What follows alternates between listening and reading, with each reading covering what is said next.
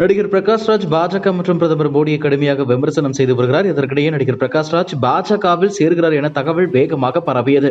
ஆனால் இந்த தகவலுக்கு பிரகாஷ்ராஜ் மறுப்பு தெரிவித்துள்ளார். இந்நிலையில் நடிகர் பிரகாஷ்ராஜ் தனது எக்ஸ் தளத்தில் வெளியிட்டுள்ள செய்தியில், என்னை விலைக்கு வாங்கும் அளவுக்கு பாஜகவிடம் பணம் இல்லை என பதிவிட்டுள்ளார். கோவை பாராளுமன்ற பாஜக வேட்பாளர் அண்ணாமலையை ஆதரித்து நடிகரும் பாஜக அமைப்பு செயலாளருமான செந்தில் சின்னையம்பாளையம் பகுதியில் பிரச்சாரம் மேற்கொண்டார்.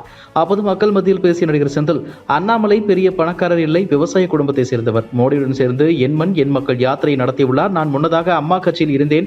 அந்த கட்சி சரி இல்லாததால் நல்ல கட்சி வேண்டும் என பாஜகவுக்கு வந்துவிட்டேன். புரட்சித் தலைவர் அம்மாவும் நல்ல டைட்டானிக் கப்பல் வைத்திருந்தார்கள். அதை எடப்பாடி எடுத்து ஓட்ட தெரியாமல் ஓட்டி பாறையில் முட்டி சுக்குநூறாக ஆக்கிவிட்டார். அதே போல கட்சியையும் உடைத்து எறிந்து விட்டார்கள்.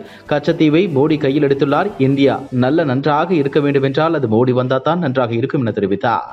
விருதுநகர் நாடாளுமன்ற தொகுதியில் காங்கிரஸ் கட்சி சார்பில் போட்டியிடும் மாணிக்கம் தாக்கூர் எம்பியை ஆதரித்து விருதுநகரில் உள்ள பழைய பேருந்து நிலையம் அருகே திமுக துணை பொதுச் செயலாளர் கனிமொழி கை சின்னத்திற்கு வாக்கு கேட்டு பிரச்சாரம் செய்தார். மேலும் தேர்தல் பிரச்சாரத்தின் போது மக்கள் மத்தியில் பேசிய கனிமொழி எம்பி, நடைபெற உள்ள தேர்தல் அனைத்து தேர்தலையும் போல் இந்த தேர்தல் இல்லை. இந்த தேர்தல் இரண்டாவது சுதந்திர போராட்டம் போன்றது. பிரதமர் மோடியை மீண்டும் ஆட்சிக்கு கொண்டு வந்தால் இந்தியாவில் நடக்கின்ற கடைசி தேர்தல் இந்த தேர்தல் தான். இதன் பின்னர் சர்வதிகாரம் தலைபிரித்து ஆடும் என்றார். தமிழ்நாட்டின் உரிமைகளையும் நிதியையும் பறித்துக் கொண்ட பாஜக அரசால் தமிழ்நாட்டுக்கு எந்த திட்டமும் வராது என கூறினார். லோக்சபாவுக்கு 7 கட்டங்களாக தேர்தல் தேதி தலைமை தேர்தல் ஆணையம் வெளியிட்டு நடத்திட ஏற்பாடு செய்துள்ளது. இதில் முதல் கட்ட தேர்தல் ஏப்ரல் 19ஆம் தேதி தமிழகம் உட்பட 21 மாநிலங்களில் 102 தொகுதிகளுக்கு தேர்தல் நடக்க உள்ளது. இதையடுத்து ஏப்ரல் 19ஆம் தேதி என்று பொது விடுமுறை என தமிழக தலைமை செயலாளர் சிவதாஸ் மீனா அறிவிப்பு வெளியிட்டுள்ளார்.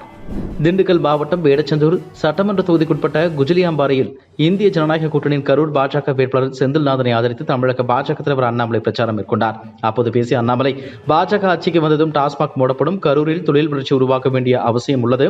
தொழிற்சாலைகளை கொண்டு வந்து இளைஞர்களுக்கு வேலை வாய்ப்பை உருவாக்கவும், மத்திய அரசு நடத்தக்கூடிய உலகத்தரம் வாய்ந்த கல்வியை வழங்கும் வகையில் 2 நவோதயா பள்ளி கரூர் பாராளுமன்ற தொகுதியில் அமைக்கப்படும். வேட்பாளர் செந்தில்நாதன் வெற்றி பெற்று வந்தால் ஒவ்வொரு பஞ்சாயத்தின் தாய் கிராமத்திற்கும் விளையாட்டு மைதானம் ஏற்படுத்தி தரப்படும். தென்னம்பட்டி பிரிவு அருகே 4 வழிச்சாலையில் மேம்பாலம் கட்டுவது, வடமதுரை கானப்பாடி சாலையில் ரயில்வே மேம்பாலம் கட்டுவது, பாளையம் ரயில் நிலையத்தில் பாலக்காடு எக்ஸ்பிரஸ் ரயில் நின்று செல்ல நடவடிக்கை எடுப்பது உள்ளிட்ட மக்கள் பிரச்சனைகளுக்கு தீர்வு காணப்படும்.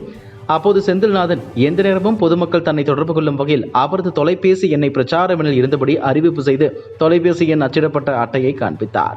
கரூர் பாஜக வேட்பாளர் செந்தில்நாதன் வெற்றி பெற்று வந்தால் எந்த நேரத்திலும் அவரை பொதுமக்கள் தொடர்பு கொள்ளலாம் என்றும் அண்ணாமலை பேசினார். உதகை ஏடிசி பகுதியில் அதிமுக வேட்பாளர் லோகேஷ் தமிழ்ச்செல்வனை ஆதரித்து அதிமுக பொதுச் செயலர் எடப்பாடி பழனிசாமி பிரச்சாரம் மேற்கொண்டார்.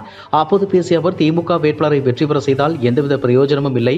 அவருக்கு தலைகணம் ஏறியுள்ளது. மக்களை மதிப்பதில்லை. அவர் அமைச்சராக இருந்தபோது மக்களுக்கு அவர் என்ன செய்தார் என்பது எல்லோருக்கும் தெரியும். மெகா ஊழல் செய்த கட்சி திமுக கட்சி. 1,72,000 கோடி ஊழல் செய்ததாக திகார் சிறையில் அடைக்கப்பட்டார்.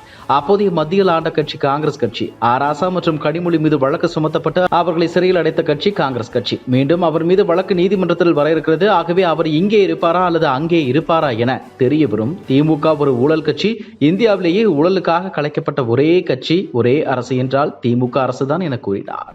திமுக தலைமையிலான இந்திய கூட்டணியின் சார்பாக காங்கிரஸ் கட்சியின் கரூர் பாராளுமன்ற தொகுதியின் வேட்பாளர் ஜோதிமணியவர்களுக்கு ஆதரவாக அமைச்சர் உதயநிதி ஸ்டாலின் தீவிர வாக்கு சேகரிப்பில் ஈடுபட்டார். அப்போது அவர் பேசியதாவது, மோடியின் குடும்பம் இடி, சிபிஐ, ஐடி, அதானி ஆகியோர் மோடியின் குடும்பம். நாட்டில் உள்ள அனைத்து பொதுத்துறைகளையும் அதானி கையில் கொடுத்து விட்டார். உலக பணக்கார வரிசையில் 2வது இடத்தில் இருக்கின்றார். Adani airport, Adani railway station, Adani துறைமுகம், அதானி மின்சாரம் ஆகிய அனைத்தையும் தூக்கி கொடுத்து விட்டார். மோடிக்கு வரவேண்டிய கோபம் பாதம் தாங்கிய பழனிசாமிக்கு வருகிறது. மேலும் கரூரில் நடைபெற்ற அதிமுக பொதுக்கூட்டத்தில் படம் காண்பித்தாராம் பாதம் தாங்கிய பழனிசாமி அவர்களே. என்ன படம் போட்டு காட்டினாலும் மக்கள் உங்களை நம்ப மாட்டார்கள். உங்களுடைய ரீல் அந்து போய் பல வருடங்கள் ஆகிறது என கூறினார். இதுபோன்ற செய்திகளை மேலும் தெரிந்து கொள்ள எங்களது யூடியூப், ஃபேஸ்புக் மற்றும் ட்விட்டர் ஆப்களை சப்ஸ்கிரைப் செய்யவும்.